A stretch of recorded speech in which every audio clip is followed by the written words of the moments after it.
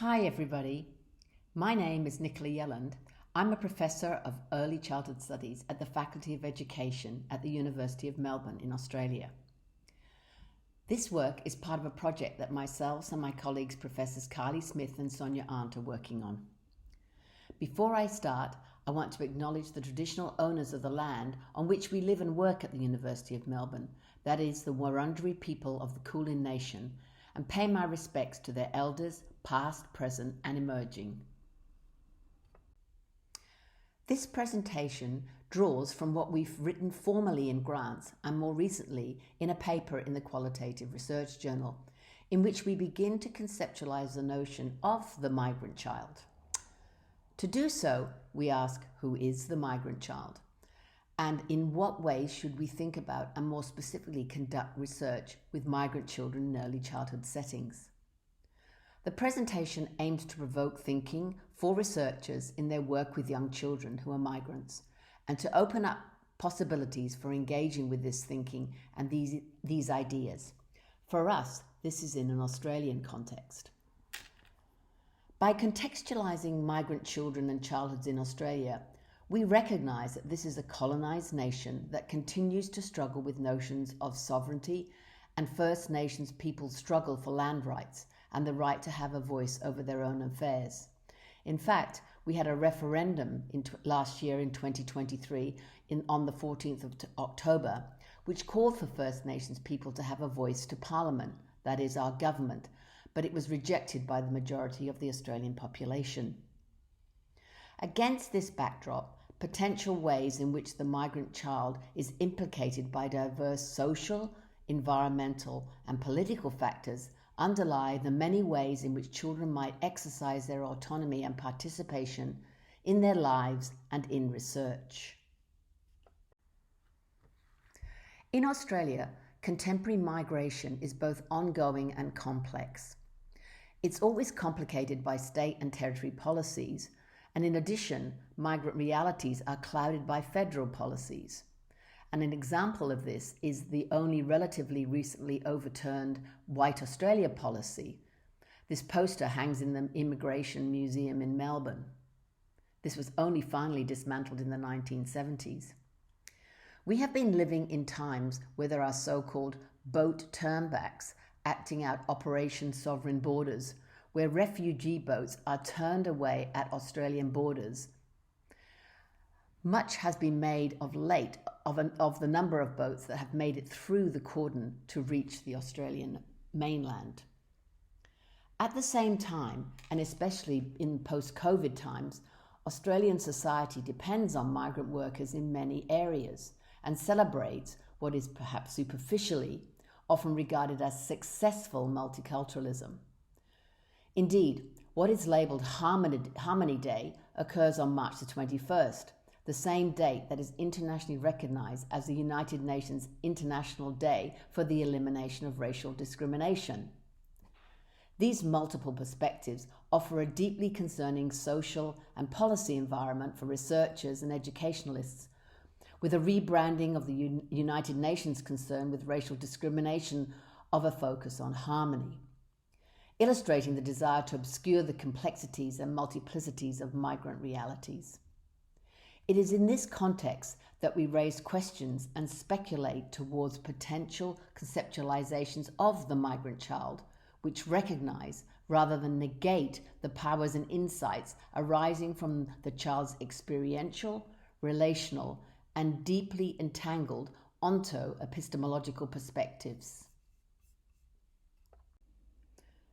Globally, migration has occurred for thousands of years, both internally within countries and internationally across established and shifting borders. Any person undertaking this mobility is commonly referred to as a migrant. However, there appears to be no clear or uniform definition of the term migrant. Different disciplines, theoretical lenses, politics and geographies construct and conceptualize the term migrant in diverse, connecting and disconnecting ways. It can be explained as, generally, a term applied to persons moving within or between countries to improve their economic and social conditions. At its most basic, migration simply means a movement of people, including circumstances where people are forced to move. The United Nations defines a migrant as a person who changes their residency, irrespective of the reason for migration or legal status, short-term, temporarily, or long-term. People move across borders for economic, educational, and cultural advantage, as well as via forced migration due to environmental crises or security and safety reasons due to war, conflict, and persecution. Adding to the complexity of defining who a migrant is the reality that many people move across borders in the short term for holidays, study, or business activities.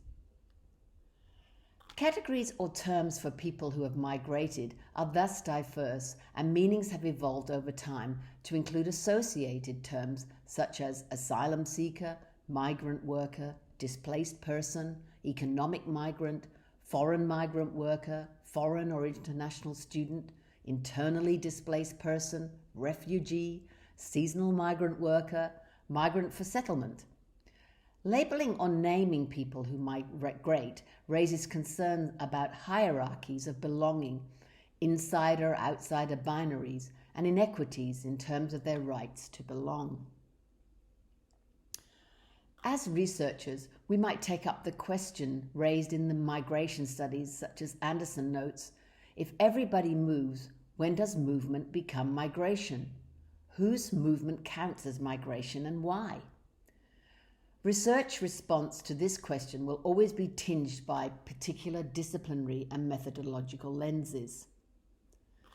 This means that understandings of migration and who might be considered as a migrant person within disciplines is not universal or straightforward.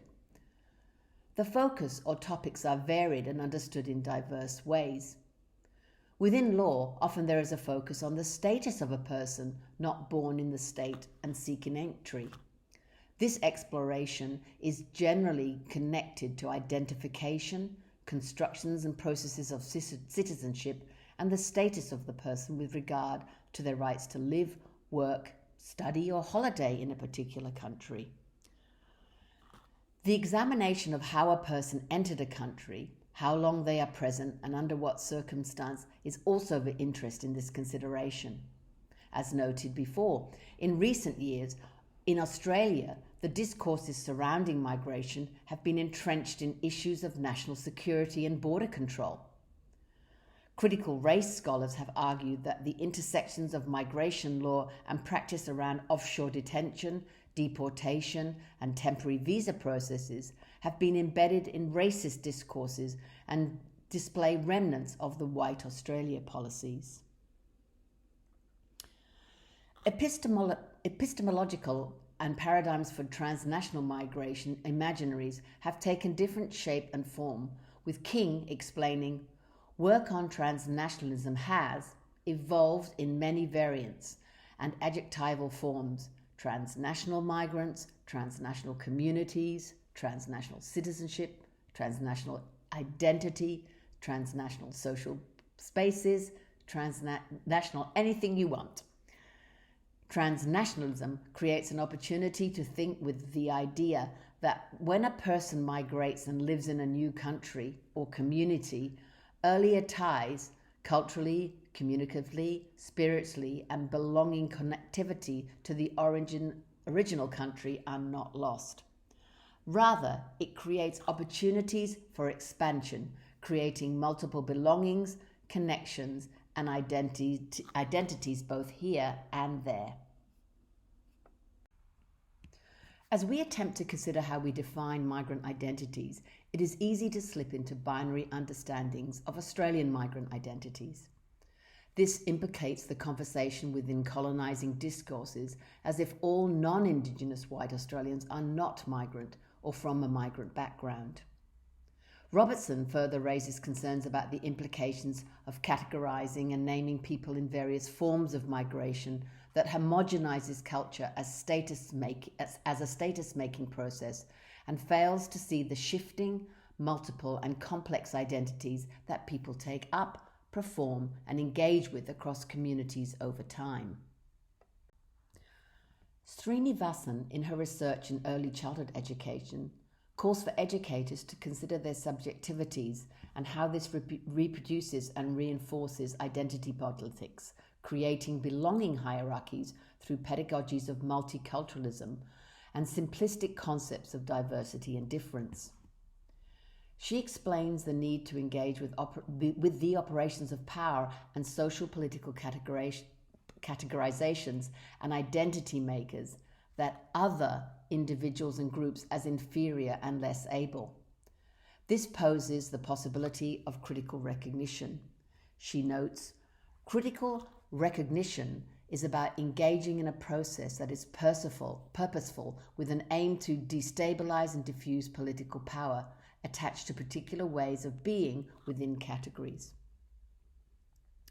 The importance of engaging with and destabilizing the operation of power within educational discourses that construct and reinforce white Australian national identities and create binaries of us and them and white Anglo-Australian or non-Anglo-Australian is highlighted in Srinivasan's research with children and educators in 2 Australian childcare centres. In this research, Srinivasan found that white Anglo-Australian children took up language that created exclusionary binaries of us and them based on skin colour, and the children from non-white Anglo-Australian backgrounds engaged in discourses of denial to perform categories of whiteness for inclusion. She noted, children's nationalistic interactions or colour speaks used in classifying the national subject and the outsider kindled and maintained the desire for whiteness in young brown children. What Srinivasan and others open up are discursive cracks that push us to engage with different epistemological and ontological spaces to reconceptualize the migrant child and the implications for early childhood education and research. What becomes evident from engaging with political and research discourses is a need to disrupt understandings of a singular migrant identity. Rather than searching for a definition of the migrant child that is universal, fixed, and representative, we draw on rhizomatic encounters with identities to conceptualize what appears to be more appropriately seen as the more than migrant child. To address this concern of disrupting expectations of simplistic, homogenous views of children of migrant families or backgrounds, such a rhizomatic approach necessitates confronting more than. It pushes the conceptualization beyond a celebration of harmony to make space for nuances and vulnerabilities, diverse and potentially conflicting realities and multiplicities. A feminist post-structuralist and post-human theoretical framing supports our argument for elevating the complexity of conceptions of the migrant child's powerful relational and energetic engagements with our contributions to their own lives and to research. To theorize the notion of subject formation as complex opens up to the idea that identities are always fluid and in construction. From a feminist post-structuralist positioning, attempting to understand the migrant child benefits, in our view, from a social justice orientation that positively affirms people's differences and their diverse ways of knowing, doing, and being in the world. Feminism, according to Braidotti, can be seen as a social justice imperative and the struggle to empower those who live along the multiple axes of inequality. From this perspective, positioning children's subject formation as constantly shifting, as amongst other post-structural thinkers, Kristeva's philosophy does also continue to raise questions. For example, what we, as researchers, are able to know about the power struggles with which migrant children or their families grapple, their ways of knowing, or indeed their own living in and struggles with multiple axes of inequality. Furthermore, when identities are in constant formation, they may shift and change at such a rate or in such ways that they are not able to be fully knowable, either by the person concerned or by others around them.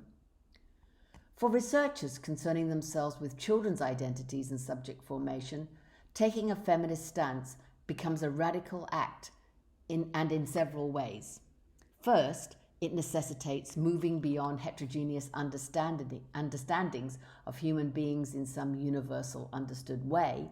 Second, it creates spaces for the awkwardness, discomfort, and potential of researching and thinking in realms that may be unknown. Kristeva's feminist post-structural philosophy offers a thought process for dismantling certainties of dominant structures, expectations, habits, and ways of knowing to allow for nuanced conceptions and understandings of self and the other. It supports an engagement with the migrant child within the realm of uncertainty, expecting the unknown rather than certainty of the known and predictable research outcomes. It confronts us with the idea that children are always more than we are able to know. Building on the post-structural complication of subject formation, identity, and belonging creates a space to re-theorize the migrant child. It offers the opportunity for research with young migrant children to decentralize the knowability of still predominantly Eurocentric Western developmental orientations to their growth and ways of knowing and being, to make a way for, as Braidotti says, new definitions and practices of what being human may mean. As it removes from the researcher and the research process the aim for certainty and knowing, it makes way for conceptualizations of difference that affirm even beyond the human, that we are in this together, but we are not one and the same. A feminist post-human stance allows for the heterogeneity and multiplicities of human identities as they are in relationship with more than human others.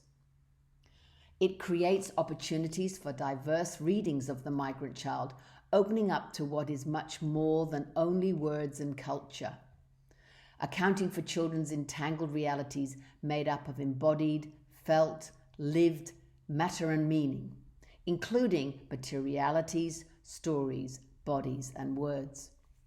Such a reconceptualization of the migrant child calls for a fluidity that might be further explored as more than through rhizomes, cartographies, and rhizoanalysis. To further our reconceptualizing, feminist post-structuralist and post-humanist framings draw us to the concept of rhizomes and of rhizoanalysis and cartographies. And as Deleuze and Guattari note, this disrupts singular fixed identity categories of naming the migrant child that frame a linear way of understanding, assessing, and knowing them. Rhizome plant root systems and animal burrows have multiple lines of movement and flow, with no obvious point of beginning or end or consistent pattern that can be traced for coherency. Creating identity rhizomes allows for mapping multiple discourses and disrupting fixed truths about race, culture, class, religion, gender, and ability in relation to how we conceptualize who the migrant child is, was, or who can be. Deleuze and Guattari offer the principle of cartography as an approach to mapping rhizomatic identities. Unlike tracing, where lines or discourses are carefully reproduced, mapping explores new terrains and the multiple and importantly different and divergent identity performances and flows that move back, forward, and twist around and reconnect and infuse and collide with different new lines of flight. Deleuze and Guattari explained that the new lines of flight occur when alternative texts are chosen to create ruptures in dominant discourse tracings. Creating cartographies of rhizomes that make visible multiplicity requires diverse epistemological lenses. Such cartographies offer ways to map new or different insights into identity discourses and the performances within these discourses as they are read and reread. This process of reading and rereading, mapping and remapping helps to avert the risk of leaning on one theoretical lens, which might result in a tracing over and over the same dominant discourses and categorizations. It ruptures singular truth-telling and creates new lines of flight, thinking being in relation with and interacting in the mapping of cartographies. In research with young children, it enables ways to create and recreate what might be seen as the more than migrant child. Feminist, post-structural and post-human conceptualizations of the more than migrant child challenge and complicate normalizing discourses. They allow for an interruption of a familiar, recognizable and dogmatic history of ideas and concepts which weigh us down and obscure the new that is unrecognizable, as St. Pierre tells us. By disrupting marginalizations, this framing complicates images that we must assume are designed to be helpful, such as those perpetuated in early childhood settings through the domination of policy and curriculum documents. Curricular conceptions are often tied to humanistic assumptions about autonomy, sovereignty, authenticity, completeness, and an overriding assumption of human exceptionalism. Perceived as a relational subject, the migrant child is constantly evolving, multiple, and complex. A feminist post-human framing pushes us towards living with the discomfort of the uncertainties that such disruptions cause, of limiting dominant orientations and the need for certainty in research outcomes. Our feminist post-structuralist perspective leads us to consider some ongoing critical questionings and issues. For example, what do feminist post-structural or post-human positionings mean in relation to researchers' positions of power, privilege, and knowledge? In what ways can or should researchers allow for tensions arising between research knowledge, such as the value in maintaining mother tongue, and specific desires or stated needs of migrant families, such as those to speak English as an opener for opportunities, or the power of Western European knowledges and languages? In what ways might research relationships be framed to allow the dreams and aspirations of migrant children and their families for their own identity belongings to emerge in meaningful ways? How might moving towards potential methodological approaches like cartographies and rhizomatic mappings of the more than migrant child begin in the middle rather than have specific beginnings or ends? How might the migrant child cartographies map identity politics in the broader early childhood classroom context to show rhizomatic twisting and turning, to move forwards, backwards and sideways, and to highlight moving and colliding past, presents and futures in forming identities? As a conceptual paper, we wanted to offer possibilities about the issues surrounding our discussions of the migrant child, rather than suggest there are answers or certainties in relation to the questions, issues that we have raised.